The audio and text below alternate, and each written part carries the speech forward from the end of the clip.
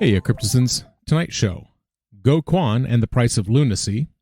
Chinese GPUs down, arrests up, and British pound down, Bitcoin up. It's 10 p.m. Pacific. The date is September 26th, 2022. Welcome back to the Crypto Overnighter. My name is Nicodemus, and I'll be your host. The cover model, mascot, and co-host for this podcast is Tex. And together, we take a nightly look at the crypto, NFT, and metaverse space and the industry that surrounds it. If you have questions or comments on the show, come find us on Twitter or email us at nick@cryptoovernighter.com. And keep in mind, nothing in this show should ever be considered financial advice. Lunacy reigned today. And by lunacy, I mean Luna C, Luna Classic. Absolutely crazy price action. Did you see it? Okay, like we do on this show, let's take a look at the numbers. Currently, 1 Terra Classic will cost you 3/10,000ths of a cent, which doesn't sound like much, because it's not. Except that is up 40% on the day. So if you put $100 in, you'd be getting $140 out, regardless of how much each individual Luna cost. So 40%, which is kind of surprising because the token dumped hard earlier today. You see, what happened was Kwon got some bad news. I would think it was bad news anyway. Because yesterday, we found that despite assurances he wasn't running from the authorities, despite assurances that, in fact, Kwon was cooperating with the authorities, we find out that that was all a load of crap. We know it was a load of crap because Interpol released a red notice for Terra's Kwon. Now, they don't just hand out those red notices to just any old run-of-the-mill criminal. This means South Korean prosecutors believe they've obtained enough evidence to merit international attention.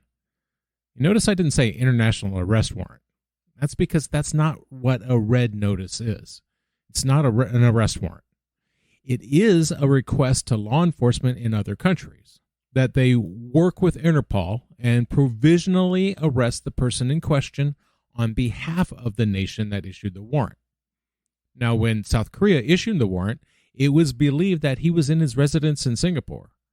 And at the time, they cited violations of local capital laws. But on September 17th, law enforcement said that he wasn't in Singapore. So when news broke that Kwon was no longer in Singapore, the prosecutors in South Korea said that he was, quote, obviously on the run, which directly contradicts a recent tweet from Kwon, one in which he said, quote, I'm not on the run or anything similar. For any government agency that has shown interest to communicate, we are in full cooperation and we don't have anything to hide.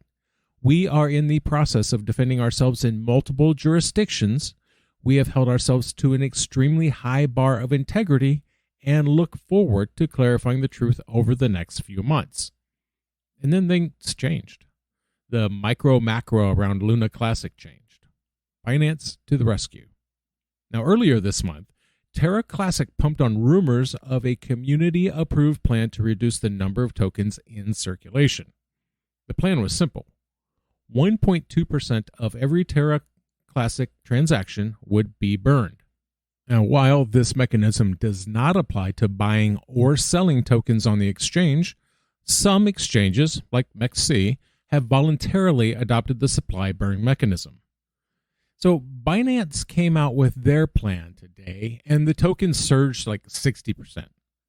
What they propose is for Binance to burn the trading fees that they get from Luna Binance stablecoin and Luna Tether trading pairs. These fees would be converted to Luna and then sent to the Luna burn address. Beyond that, there would be a voluntary 1.2% burn tax. A user can opt in or out of that for the burn. Now, between the two, I don't think the burn is enough to really move the needle here. Over 6 trillion Luna in circulation. Transaction fees are from like 0.1 to 0.02%. So when you're looking at a huge supply, that's not a big dent. And that 0.2%, that's for large traders. I think people who are moving massive volumes of Terra Classic would voluntarily opt out of that 1.2%. So then for the large traders, all you're stuck with is the 0.2%. That's not a huge impact where 6 trillion coins are involved. Frankly, I don't think it's going to work. Even the proposed 1.2% tax on every transaction wouldn't be a big enough tax for a meaningful burn. Remember, unless the exchange, or in the case of Binance, unless the person opts in, no tax will be burned when you buy or sell tokens. Just when you transact with it. I don't know that there is enough Luna being transacted on to make that 1.2% burn rate meaningful.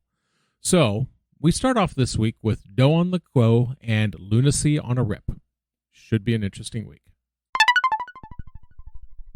As we like to do on this show, let's take a look at the numbers.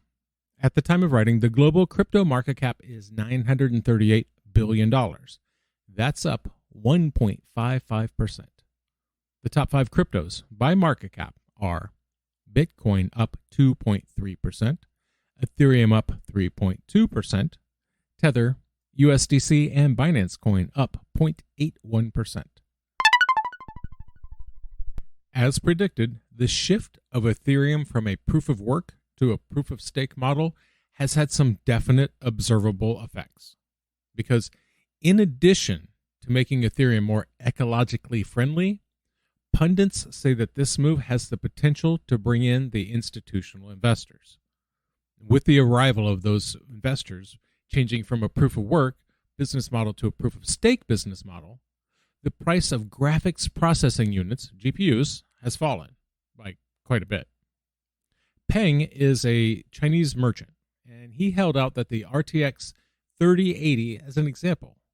The prices went from 8,000 won to 5,000. That brings the price from just over $1,100 US down to less than $700. So this is an interesting situation. Peng says that when China allowed Bitcoin mining companies would just come in and buy up all the GPUs, big spending sprees. Now, according to Peng, people aren't buying computers, much less graphics processing cards. I just did an impromptu check. I went to bestbuy.com and searched for RTX 3080 video cards. Lots of big price drops. $100 off, $300 off. One of them was marked down $341. That's a 31% drop. Another trader by the name of Liu said that the merge was the trigger for the price reduction.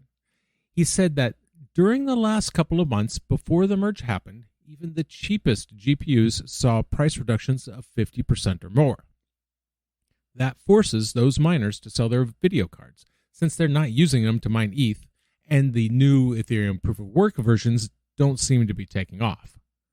In the last few weeks, Chinese retailers have dropped the price of their GPUs by more than 33% to sell for 2 reasons. They're still doing better than the others, though. 93 people in China's Hunan province were arrested for allegedly laundering money, around $5.6 billion worth using cryptocurrency. Just using crypto is a crime in China. Using, trading, and mining crypto, that's all banned, as well as using crypto for payments. Now, apparently, this ring has been in business since 2018. The suspects had allegedly been engaged in fraud and gambling across China, and then they would use crypto to convert all that dirty money into US dollars. The global NFT market cap is up 2.81%. Sales volume is down 1.53%. According to CoinMarketCap, the top 5 NFT collections by sales volume are Bored Apes, followed by Mutant Apes, CryptoPunks, Otherdeed, and CloneX. Now keep in mind, some of these collections have very volatile prices, so do your own research. Did England's King Charles III announce a rug pull or something? Because the great British pound sterling has taken a beating the last couple of days. In overnight trading, it dropped down to the price of $1.04 each. It lost 5% of its value. But this has been going on for a while now. As we like to do on this show, let's take a look at the numbers. At the time of writing, the pound is trading at a rate of $1.06 per pound. That's down almost 6.5% in a week, almost 10% in the last month, 21% year to date. So it's right now just barely holding above parity with the dollar. And while the pound has dropped like 20% in the last year, the pound has lost 50% in the last 20 years. So why now?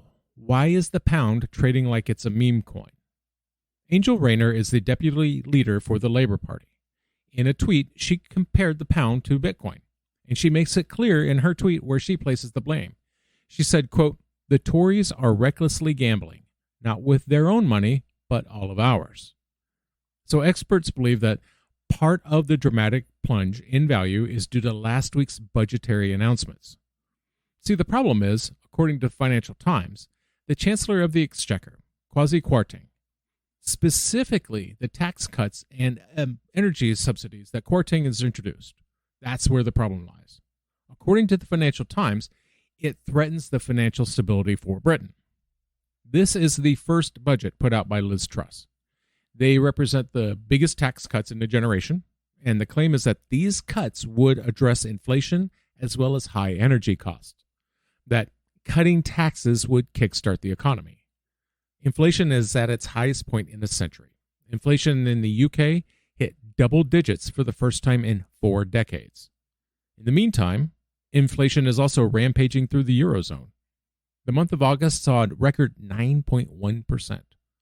In addition to inflationary fears, people are concerned about energy costs as promises of shortages and a bleak winter roll in. And in the United States, the Federal Reserve and the U.S. government are aggressively fighting inflation. That said, right now it looks like the U.S. dollar is the winner. The pound did hit a record low against the U.S. dollar after all. This kind of volatility is a signal that investors doubt the government's ability to manage the growing cost of living across the region. Inflation has become a real issue of late, really starting last year, which is to be expected. Rightly or wrongly, the central banks added liquidity to the markets to keep the economies going. And the consequences of that are things like 9.1% interest in consumer prices over the last year. And that's what they're looking at the UK. And with the plans for an unprecedented tax cut, the pound plummeted. Part of that is because they know the government is going to have to aggressively increase bond issuance to pay for this, to make up for the difference and to pay for the high energy subsidies that they're going to have to write a check. Now, with that said, there really isn't much of a swing in the price of Bitcoin at all. Bitcoin was up like 1.8% on the day. ETH was up 3.2%. So not a huge difference. That said, the fact that the pound hit a record low against the dollar could be meaningful. And here's why. Right now, the average issuance rate of a pound is 11.2%. There is a daily issuance of Bitcoin of around 900 coins, which is a 1.7 issuance rate. That makes a huge difference when people realize that no matter what fiat currency you adopt, it's going to be highly inflationary compared with most cryptos. Now, hopefully the Brits wake up to the fact that their savings and their investments are being devalued on a daily basis by a central bank run amok. Overall, I would say that macro has not changed. There might be a bit of a bump in Bitcoin's price short term, but the macro is still the macro. High rates of inflation being fought by raising the basis points, that's just bad for crypto. So people are still being cautious with their money. So for now, it looks like the British pound down, US dollar up, and crypto just muddling along waiting for conditions to improve. Stablecoins, however, it might be their time to shine. They're decentralized, which means in this case that they travel across borders quite well. Stablecoin transactions are fast and cheap when compared to what you have to pay for a fund transfer at a commercial bank. And while it is denominated in US dollars, stablecoins are pretty much freely available to anyone who wants to buy them. Just grab a digital wallet and buy your coins. That's what the people in Turkey did. When inflation hit 80% and the Turkish lira lost about 27% of its value compared to the dollar, people started buying stablecoins. At present, according to Crypto Compare, the Turkish lira is the second highest traded fiat to stablecoin pair of all national currency swaps.